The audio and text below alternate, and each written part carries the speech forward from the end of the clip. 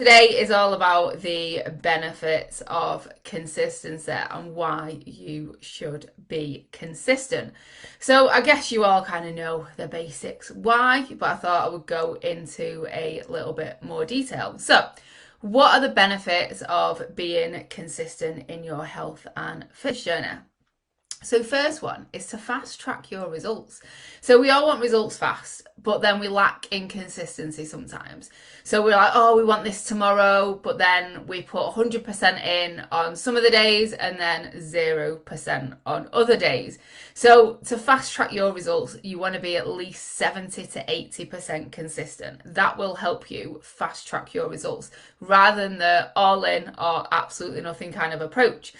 And consistency is a habit.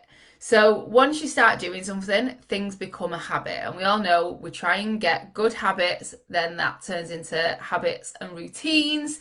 And then obviously that will help you in your fitness journey as well. Just making something a habit, whatever that is that you need to incorporate into your life. It also helps you get better at whatever you're doing because when you repeat things, you get better at them. So consistency will help you get better at whatever task it is. So take a deadlift in the gym. When you first do it, your form might not be great. You might not be able to lift that heavy.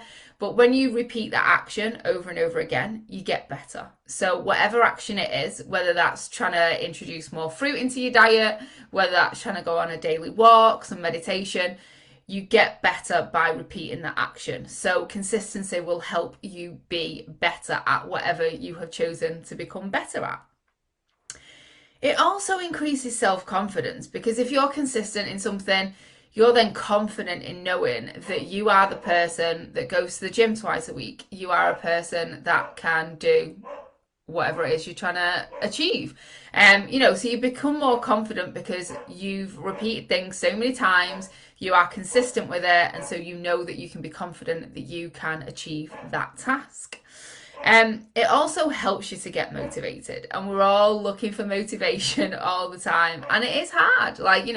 We're not just gonna all of a sudden wake up and be motivated, but if you're just trying to be consistent rather than trying to be motivated, trying to be consistent will help you get motivated. So if you're trying to be consistent in going to the gym, then you get up and you're like, oh, I don't really want to go to the gym. You're like, oh, well, I'm trying to be consistent with it, so I'm going to go. That in turn will help with motivation and help with you going to the gym. And again, the more you repeat that action, the more you'll become confident in the fact that you can perform that action. And it's just a big circle coming back around all the time. And also it helps with that last point of discipline as well. So the more consistent you are, even when you're not motivated, even when willpower's not there, it is teaching you discipline. So you've got to think, you've got these habits, they then form into routines. The routines then become a discipline rather than a motivation. So then you're not relying on that motivation. Because when you then start relying on motivation to get things done, nothing gets done. So what you want to kind of think back to is, how am I going to get these habits in? How am I going to make those habits a routine? How can I be disciplined with those? It all comes back to that consistency and you just trying to be consistent in something, anything. It doesn't matter what it is, even if it's drinking 2 litres of water a day.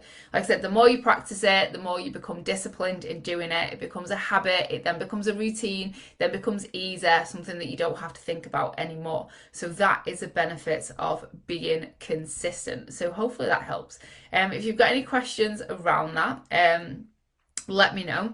So just remember, 80% is better than doing 100% and then nothing.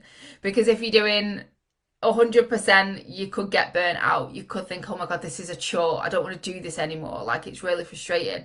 Whereas if you're consistent 80% of the time, you've got that bit of a leeway. If you have a day off or if you miss a day, it's not really too detrimental to your journey anyway, if you just have a day off of something.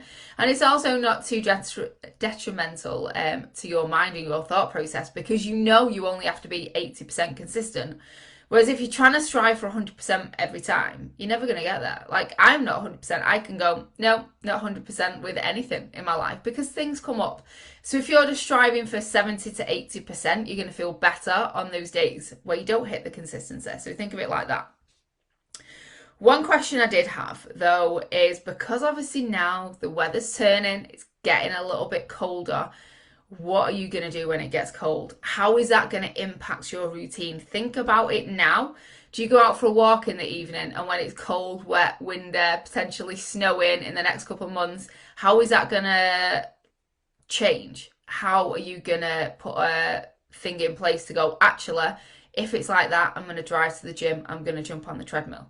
So obviously just taking water for example.